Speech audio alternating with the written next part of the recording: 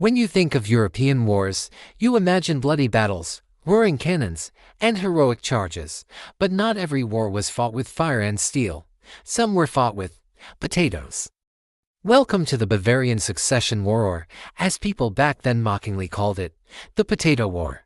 In 1777, the Bavarian branch of the powerful Wittelsbach dynasty came to an end with the death of Elector Maximilian III Joseph, according to inheritance contracts.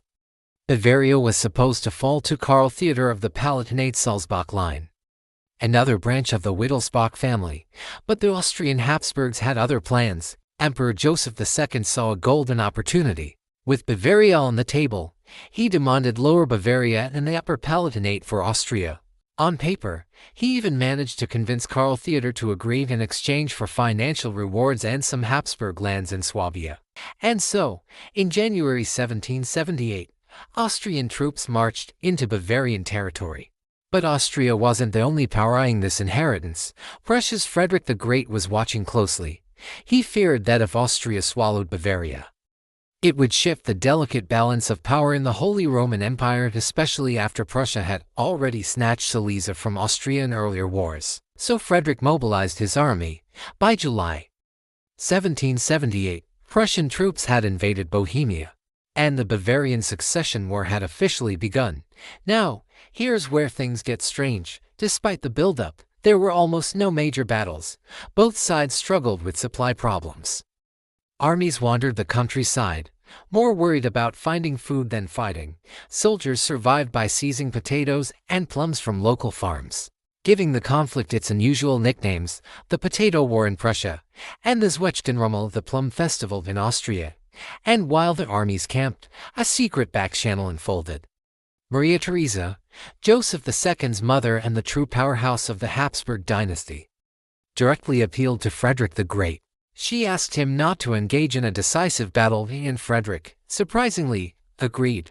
The result: months of marching, digging trenches, and stealing crops, but no real fighting. By May 1779, the nonsense ended with the Treaty of Teschen. The compromise: Austria gained a small piece of land in Lower Bavaria, but the rest of Bavaria stayed with Karl Theodor. Prussia declared victory in preventing Habsburg expansion, and everyone returned home hungrier than before. But the story doesn't end there. A few years later, in 1785, Austria again tried to expand by proposing a full Bavaria for the Austrian-Netherlands trade deal. Karl Theodor, who preferred the Rhineland to distant Bavaria, was ready to agree. Austria even promised him the shiny new title of King of Burgundy, but Prussia wasn't having it. Frederick formed the Fürstenbund, an alliance of German princes to block Austria's ambitions. Once again, Bavaria was saved from becoming Austrian without a major battle being fought. And yet, irony struck a decade later. During the French Revolutionary Wars, Austria lost to Austrian Netherlands entirely to France. Suddenly, all those elaborate Bavaria exchange plans were worthless. Bavaria stayed Bavarian. Austria lost its prize.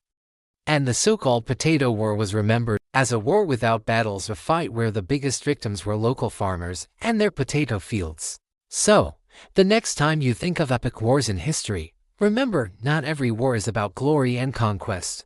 Sometimes, it's about hunger, diplomacy, and a sack of potatoes.